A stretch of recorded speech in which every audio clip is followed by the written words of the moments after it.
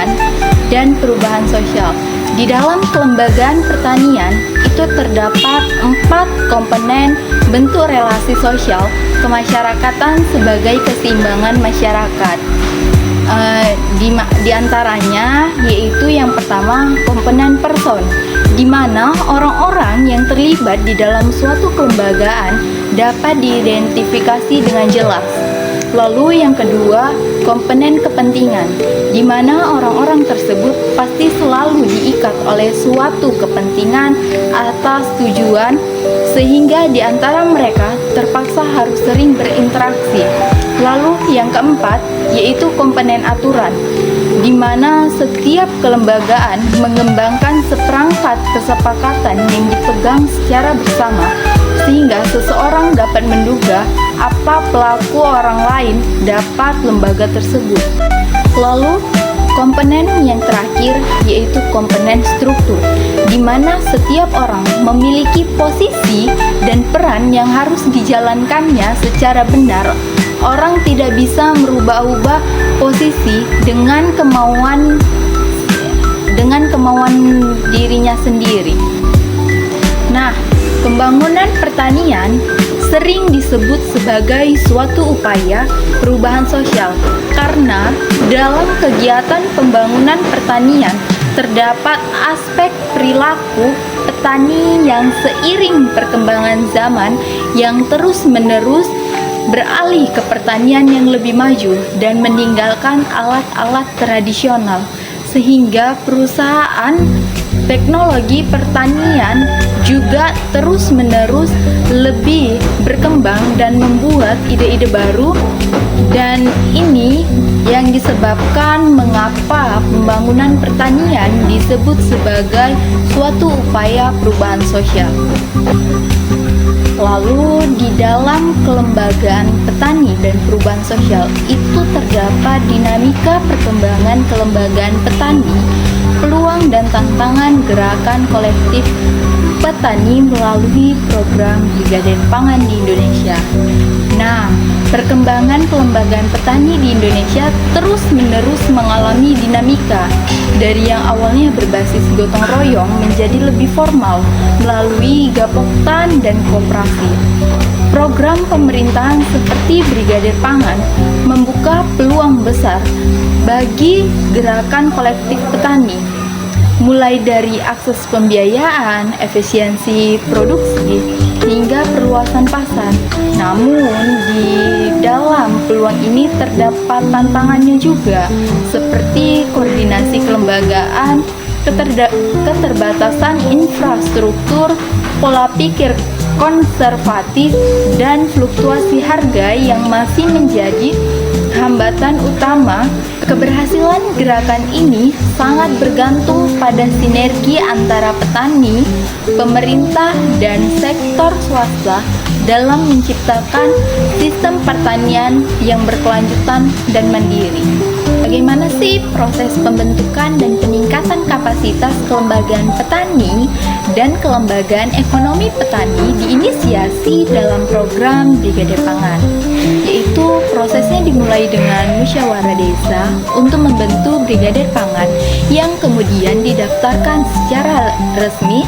Setelah itu kelembagaan ini diperkuat melalui sosialisasi, bimbingan teknis, dan pendampingan oleh penyuluh Brigade Pangan, juga menjalin kerjasama dengan kelembagaan untuk mengintegrasikan produksi dari hulu hingga ke hilir dengan dukungan berupa subsidi alat dan bahan pertanian, serta peningkatan kapasitas dilakukan melalui teknis manajemen dan keuangan,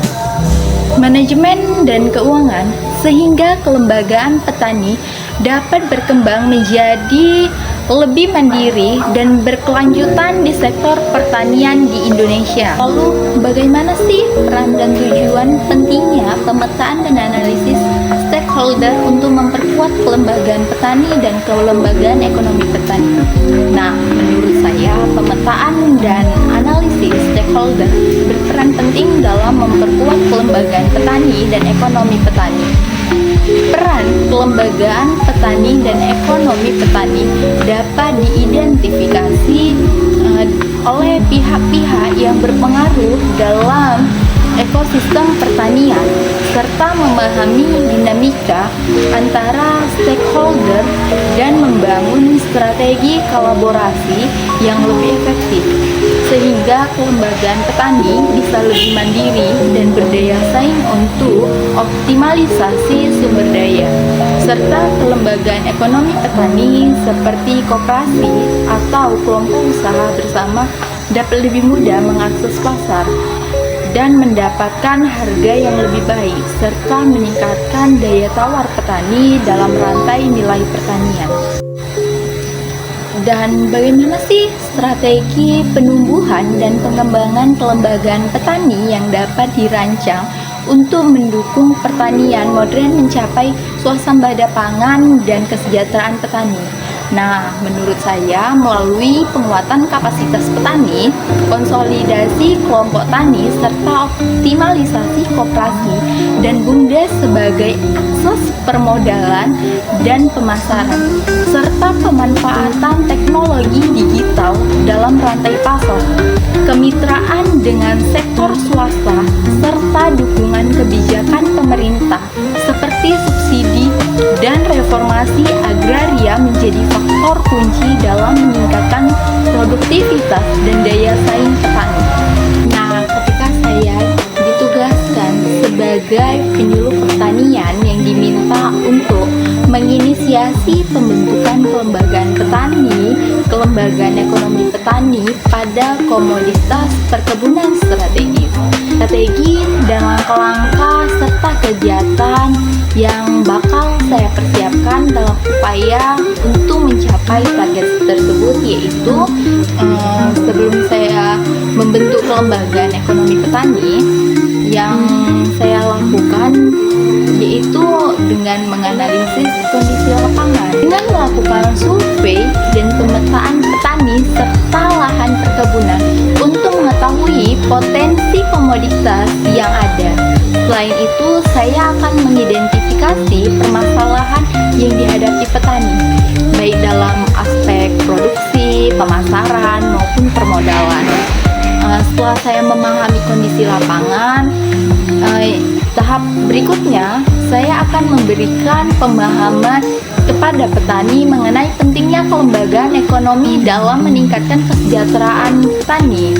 Ini bisa dilakukan melalui pertemuan langsung dengan petani, diskusi dengan stakeholder. Nah, di sini ada kelembagaan yang sudah terbentuk, yaitu ada hal-hal terkait seperti mekanisme pemilihan pengurus. Yang pertama yaitu musyawarah anggota untuk menentukan kriteria pengurus yang dibutuhkan. Lalu yang kedua, pendaftaran calon pengurus yang memenuhi kriteria kepemimpinan dan memiliki komitmen untuk mengembangkan kelembagaan. Lalu yang ketiga ialah pemilihan melalui voting atau musyawarah mufakat agar semua anggota merasa memiliki kepengurusan yang terbentuk. Dan yang terakhir ialah penetapan pengurusan dan penyusunan SK sebagai dasar legal bagi kepengurusan kelembagaan. Nah, sekian video tentang kelembagaan petani dan perubahan sosial yang saya jelaskan. Semoga bermanfaat bagi kita semua. Saya mengucapkan terima kasih.